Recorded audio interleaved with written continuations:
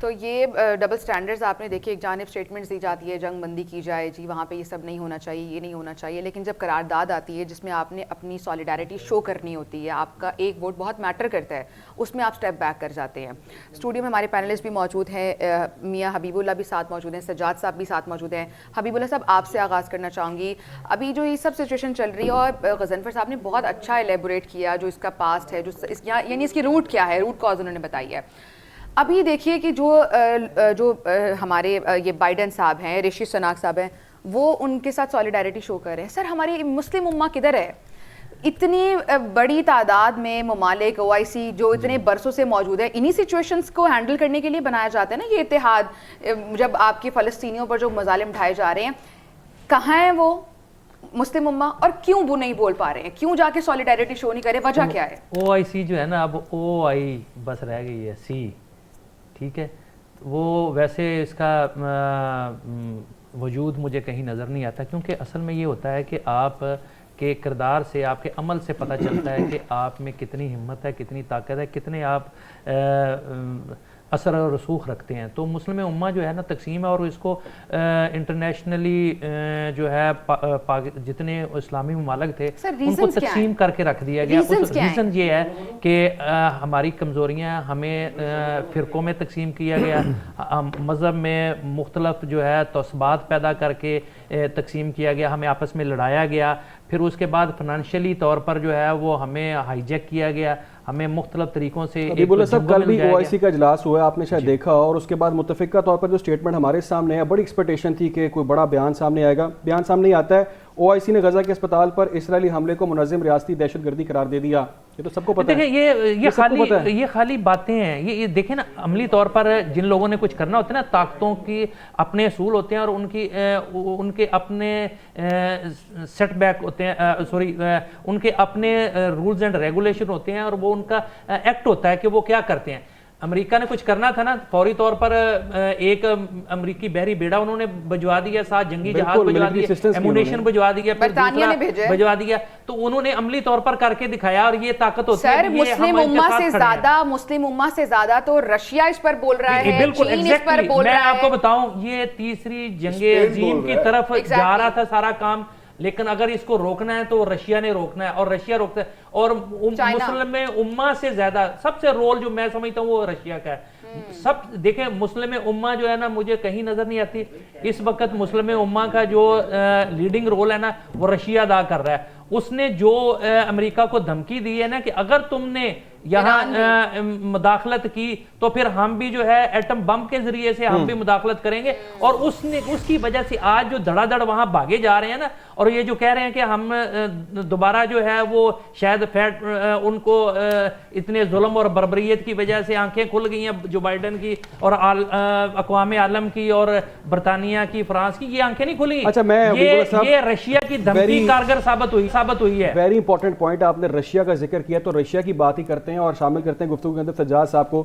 سجاد نصیر صاحب، رشیا کی ہم بات کر رہے ہیں، کچھ دن پہلے سلامتی کونسل کا اجلاس ہوتا ہے، اس اجلاس کے اندر سب سے پہلے جو قرارداد پیش کی جاتی ہے وہ پیش کی جاتی ہے رشیا کی جانب سے، جس میں وہ کہتا ہے کہ جنگ بندی ہونی چاہیے اور ان کو ایڈ ملنی چاہیے جو ان کا رائٹ ہے، رشیا برازیل، ٹھیک ہے۔ اب وہ ہو جاتی ہے مسترد، کیونکہ اس کے اندر جو ووٹ ڈلتے ہیں سر، وہ ڈلتے ہیں صرف 5 لوگ اس کو ایکسیپٹ کرتے ہیں اور 4 لوگ اس کو ریجیکٹ کرتے ہیں، 9 ووٹ آپ کو معلوم ہے درکار ہوتے ہیں۔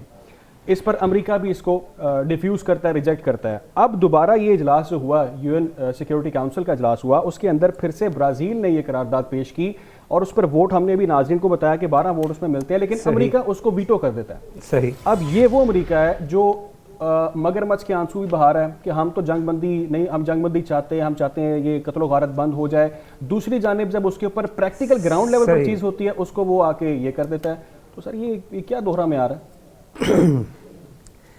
جی دعا مزار جو ہے آپ کا، یہ ہمیشہ سے ایسا رہا ہے، کوئی نئی بات نہیں ہے۔